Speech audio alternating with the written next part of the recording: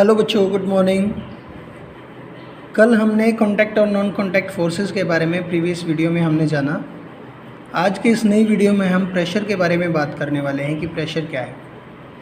आपने बच्चे कभी देखा होगा या आपने क्लास 7 में पढ़ा होगा कि जो तेज़ हवाएं चलती हैं उनकी वजह से छत उड़ जाती है, ठीक है। या फिर साइक्लोन्स या जो हवाएं चलती हैं वो एयर प्रेशर में डिफरेंस की वजह से चलती हैं। दो जगहों पे जब एयर प्रेशर अलग अलग होता है उसकी वजह से हवा चलती है या साइक्लोन आता है, तूफान आता है। तो प्रेशर और फोर्स के बीच में कोई रिलेशन है क्या, यही हम यहाँ पे फाइंड आउट करेंगे। आपने देखा होगा कि कीले ठोकते टाइम हम हमेशा पतले वाली नोक को नीचे की तरफ रखते हैं और उसकी जो कैप होती है चौड़े वाली उसको हम हथौड़े से पीटते हैं। अगर हम इसका उल्टा कर दें तो क्या हम आसानी से उसको ठोक पाएंगे कील को? आपका जवाब होगा नहीं। या फिर अगर ठोक पाएंगे तो हमें उसके लिए बहुत ज़्यादा फोर्स लगाना पड़ेगा, बहुत तेज़ हथौड़े मारने पड़ेंगे। और अगर कम फोर्स में अगर उस काम को करना है तो हमें पतले वाला सिरा नीचे रखना होगा, नुकीले वाला, और चौड़े वाले सिरे को ऊपर रख के उसके ऊपर हथौड़ी से चोट मारनी पड़ेगी। तो यहाँ पे जो सीखने वाली बात है वो ये है बच्चे कि एरिया जितना कम होगा प्रेशर उतना ज़्यादा रहेगा। तो प्रेशर और एरिया के बीच में, फोर्स के बीच में जो रिलेशन बनता है वो ये है, the force acting on a unit area of a surface is called pressure. जो फोर्स एक स्पेशल यूनिट एरिया के ऊपर लग रही है तो उसे प्रेशर कहते हैं। सो प्रेशर का फॉर्मूला बन जाएगा, pressure is equal to force divided by area. Pressure is equal to force divided by area. ये आप अपनी नोटबुक में लिख लें। प्रेशर का फॉर्मूला है pressure is equal to force divided by area. तो जितना कम एरिया होगा उतना ज़्यादा प्रेशर होने वाला है, क्योंकि यहाँ पे आपने ऑब्ज़र्व किया कि जब कील का नुकीला हिस्सा हमने नीचे रखा तो एरिया कम था तो प्रेशर ज़्यादा लगा। हमने आसानी से चोट मारने पे भी वो कील अंदर चलेगी, प्रेशर ज़्यादा हो गया। लेकिन जब हम कैप की तरफ से उसको ठोकना चाह रहे थे, कैप चौड़ी है, एरिया ज़्यादा है, तो प्रेशर कम हो गया था और वो आसानी से अंदर नहीं जा रही थी, ठीक है। तो अब पहेली के दिमाग में आया कि अच्छा जब हम मटका लेके आते हैं पानी का, या फिर मम्मी कहीं से पानी का मटका लेके आती है तो वो सिर पे कपड़े का गोल गोल बना के रखती है, गोल कपड़े को राउंड पीस करके और सिर पे रखती है। या फिर जैसे कूली है, एक पोटर है, वो एक कपड़ा रख लेता है सिर के ऊपर। तो इसका पर्पज़ ये है बच्चे कि सिर के ऊपर प्रेशर कम हो जाए, क्योंकि उसने एरिया बढ़ा लिया, कपड़ा रख के उसने सिर का एरिया बढ़ा लिया है। एरिया बढ़ाने से प्रेशर कम हो गया है ना, और इसलिए उसको वो कम चुभता है, वो आसानी से उसको दूर ले जा सकता है।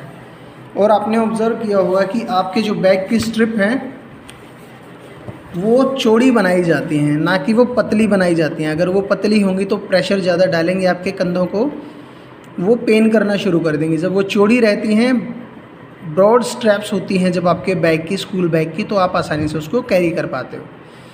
या फिर जो नाइफ्स होते हैं, जो कटिंग ब्लेड होते हैं, वो बिल्कुल पतले होते हैं ताकि उनके एरिया कम रहे और प्रेशर ज़्यादा रहे, ठीक है। तो अब हम जानेंगे कि क्या लिक्विड और गैसेस भी कोई प्रेशर डालती हैं। तो उसके लिए आप एक एक्टिविटी कर सकते हैं। आपने खेल के देखा होगा, ऐसे किया होगा, आपने गुब्बारे में पानी भरा होगा,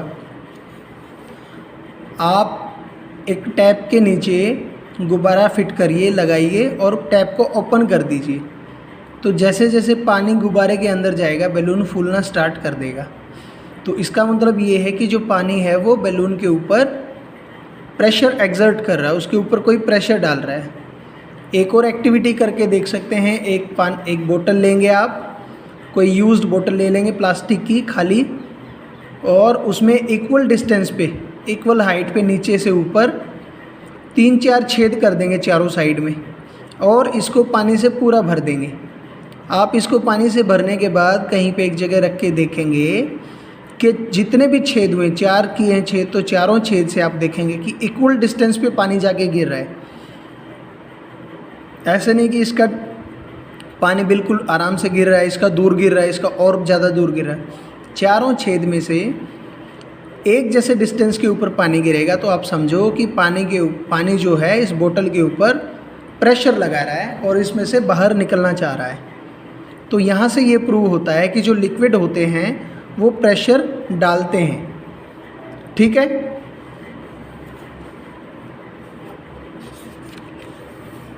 अब यहाँ पे देखिए, आई हैव सीन फाउंटेन, बूझो के दिमाग में आया है, of water coming out of the leaking joints और holes in pipes supplying water. Is it not due to the pressure exerted by water on the walls of the pipes. तो आपने देखा होगा कि कहीं पे अगर पाइप में कहीं पे फूट गया है, छेद हो गया है, लीकेज है, तो वहाँ से आप देखेंगे कि पानी बहुत दूर जा के गिरता है, बहुत डिस्टेंस पे जाके गिरता है। तो उसके पीछे भी प्रेशर ही काम कर रहा होता है। आप समझते हो कि यहाँ पे पानी में प्रेशर होता है और पानी की वजह से, प्रेशर की वजह से वो दूसरों के ऊपर अप्लाई करता है एक फोर्स। तो प्रेशर और फोर्स में एक आपस में रिलेशन होता है बच्चे। अब इसी तरीके से गैसेस भी जो हैं वो भी प्रेशर डालती हैं। जैसे कि आप हवा से गुब्बारे को फुला सकते हो, मुंह से जैसे हवा भरते हो तो एक तरीके की गैस भरते हो बलून के अंदर, और वो फूल जाता है। तो वो फूल जाता है तो इसका मतलब ये है कि गैसेस जो हैं वो भी प्रेशर अप्लाई करती हैं। अब बात आती है एटमॉस्फेरिक प्रेशर की। एटमॉस्फेरिक प्रेशर क्या है? हमें पता है कि हमारे आसपास एयर है, तो हवा का ये जो एनवलप है हमारे आसपास में, इसे एटमॉस्फेयर कहते हैं बच्चे। The pressure exerted by this air is known as atmospheric pressure. तो इस हवा की वजह से जो प्रेशर हमारे ऊपर पड़ता है उसे एटमॉस्फेरिक प्रेशर कहते हैं। ठीक है। एक एक्टिविटी आप कर सकते हैं, आपने करके भी देखा होगा कि इस तरीके का गुड क्वालिटी रबर सकर आप ले लें, या फिर जैसे आपने देखा होगा कि कोई दीवार पे चिपकने वाला कोई आपका कोई खिलौना हो जो दीवार पे चिपक जाता है, तो उसमें आप ऐसे देखोगे कि इस तरीके की शेप बनी होती है उसके पैरों की तरफ। तो आप इसको ज़ोर से जब दीवार से या फर्श पे चिपकाते हो तो होता क्या असल में, इस शक्कर और सरफेस के बीच की जो एयर है वो निकल जाती है और ये सरफेस पे टाइटली अपने आप चिपक जाता है। तो फिर इसको निकालने के लिए बच्चे ज़ोर लगाना पड़ता है हमें। हम सब ने खेल के देखा हुआ ये वाला गेम। तो इसका मतलब क्या है कि अगर हमने वहाँ से एयर प्रेशर को कम कर दिया है या ख़त्म कर दिया है, तो इसको वहाँ से हटाना, खींचना हमारे लिए बहुत मुश्किल, या अगर सारी हवा निकाल दी है तो इम्पॉसिबल हो जाएगा। ठीक है। तो पहेली के दिमाग में एक बात आई है कि उसका हेड का साइज़ जो है 15 सेंटीमीटर इंटू 15 सेंटीमीटर का उसका साइज़ है उसके सिर का। तो उसके ऊपर कितना फोर्स अप्लाई हो रहा है, ये एटमॉस्फेरिक प्रेशर मान लो कि इसके ऊपर एटमॉस्फेरिक प्रेशर लग रहा है। The force due to air in a column of the height of atmosphere and area 15 centimetre into 15 centimetre is nearly equal to force of gravity on an object of mass. 225 kilo के आसपास जो है हमें ऐसा महसूस होगा अगर हमारा सिर 15 बाई 15 सेंटीमीटर के साइज़ का है, जो हमारा नॉर्मल साइज़ है। आपका सिर लगा लो, तो आपके सिर के ऊपर 225 केजी 225 केजी का फोर्स हमेशा लगता रहता है। तो फिर हमें फील क्यों नहीं होता है? क्योंकि हमारी इंटरनल जो बॉडी है उसकी तरफ से भी इतना ही प्रेशर बाहर की तरफ लगता रहता है। The pressure inside our body is also equal to the atmospheric pressure. हमारे शरीर का जो प्रेशर है वो भी 225 केजी के आसपास है और वो इसको बैलेंस कर देता है आउटसाइड वाले प्रेशर को। नहीं तो हमें ऐसा महसूस होता है कि हमारे सिर के ऊपर 225 केजी वेट रखा है और हम दब जाते हैं। ठीक है। अब ये डू यू नो है, एक जर्मन साइंटिस्ट थे, उन्होंने 17th सेंचुरी में एक ऐसा इन्वेंशन किया कि 51 सेंटीमीटर डाया का एक हेमिस्फीयर लिया और उनके बीच की सारी हवा निकाल के उनको आपस में चिपका दिया। ठीक है। आधा मीटर के डायामीटर के उन्होंने हेमिस्फीयर लिए, उनके बीच की सारी हवा निकाल के उनको आपस में बस ऐसे जोड़ दिया और दोनों तरफ उन्होंने 8-8 घोड़े जोड़े उसमें।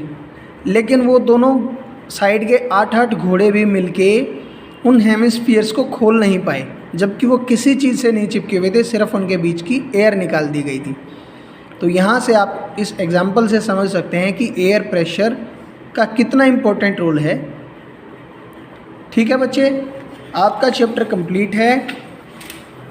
आपको व्हाट यू हैव लर्न्ड के ये सारे पॉइंट्स आपकी फेयर नोटबुक के अंदर लिखने हैं। ये 9 पॉइंट्स हैं, 9 के 9 पॉइंट्स आपकी फेयर नोटबुक के अंदर होने चाहिए। तो पढ़ाई करते रहें। Bye bye.